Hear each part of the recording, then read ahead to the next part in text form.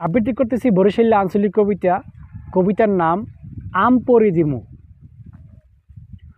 ওইকান্দার গুড়াগাড়ায় দল বাইন্দা আইয়া, মো গাছের আমগুলান যাইতাছে ব্যাগ খাইয়া। আগানে বাগানে টাক খায়, গাছে মারে ফাইল, আমগুলা ব্যাগ পাইরিয়া হালায় দিমু কইলম গাইল। ভালো হইয়া চিনি মই, কেমন মানু ওরা, গাছ শুদ্ধা আম পারে, থুইয়া দেয় না করা। আম পাইরিয়া ফাড়াইয়া খায়, ঠাল ধরিয়া চাফে, আম গাছগুলো কি লাগাই থুইলে অগকে হোর বাফে। এক বছরও আম পাই না, গাছ কয়টা গুনি, প্রত্যেক বছর আমের সময় গাছে লাগে শুনি। গুড়াগাড়ায় জম্মের চালাক, কথা কইলাম হাসা, প্রত্যেক দিন বিয়া লইলে পরে এক সের গাছা। ঠাল জুলাইয়া আম পারে, আম উঠছে যে রাইঙ্গিয়া, জাগা মতো এক ঠাল হানতে পারে না ভাঙ্গিয়া।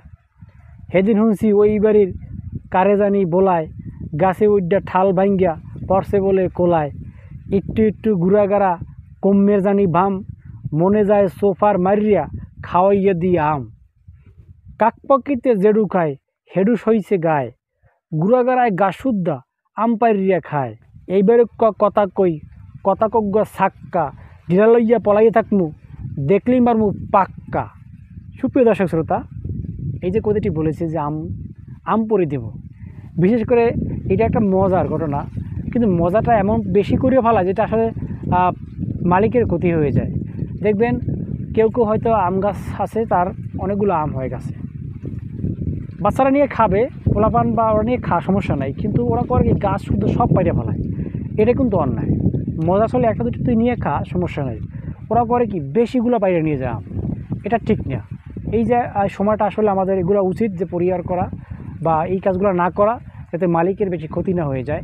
ভালো লাগবে দুইটা আম খাবো, আমরা সেখান থেকে চাইয়ে নিই, বা চুরি একটু নাহলে করবি, একটা বা দুইটা নে বা তিনটাই নে, সেখানে কিন্তু গাছ একেবারে সম্পূর্ণ আমগুলো পেরে ফেলে এবং গাছের আর ঠালগুলো ভেঙে ফেলে। এগুলো ঠিক না, কারণ এটা মালিকের ক্ষতি হয়। সুপ্রিয় দর্শক শ্রোতা, আমি এই জন্যই কথাটি বলছি যে ওইকান্দার গুড়াগাড়ায় দল বাইন্দা আইয়া, মো গাছের আমগুলান যাইতাছে ব্যাগ খাইয়া।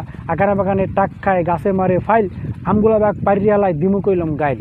আসলে কথাটা সত্যি। দেখবেন যে আম, সকল আমগুলোর একদম একেবারে অযথা মজা ছলে সবগুলো পেরে ফেলে, যা ও নিজেরাও খাইতে পারে না, আর মালিক তো পায়ই না। এটা ঠিক না। আমাদের এই কাজ থেকে বিরত থাকতে হবে। যারা এই কাজগুলো করে ওদেরকে বোঝাতে হবে যে এই কাজগুলো তোরা করিস না, এটা আসলে ঠিক না। তোরা যখন আম খাবি সেটা কম পার, অথবা আমাদের থেকে চাইয়ে নেই, তোদেরকে দিয়ে দিব, কিন্তু গাছের ক্ষতি করা যাবে না, মালিকের ক্ষতি করা যাবে না। এই ছিল আসলে সুপ্রিয় দর্শক শ্রোতা আজকের কবিতার বিষয়। আরেকটা কথা হলো যে বরিশালের আঞ্চলিক ভাষা আমাদের দেশের ঐতিহ্য সংস্কৃতিকে বহন করে এবং ভাষার একটি সম্পদ। আমাদের ভাষা যে বিচিত্র, তারই একটি অন্যতম ভাষা হলো এই আঞ্চলিক ভাষা, এবং বরিশালের ভাষা অন্যতম দেশের মধ্যে একটা আঞ্চলিক ভাষা, জনপ্রিয় ভাষা।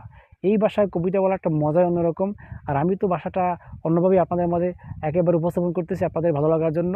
সুপ্রিয় দর্শক শ্রোতা, আশা করি প্রতিনিধিভাবে ভিডিও দিয়ে যাবো, আপনারা আমাকে সাপোর্ট করবেন, সাথে থাকবেন। সবাই ভালো থাকুন, সুস্থ থাকুন। আল্লাহ হাফেজ।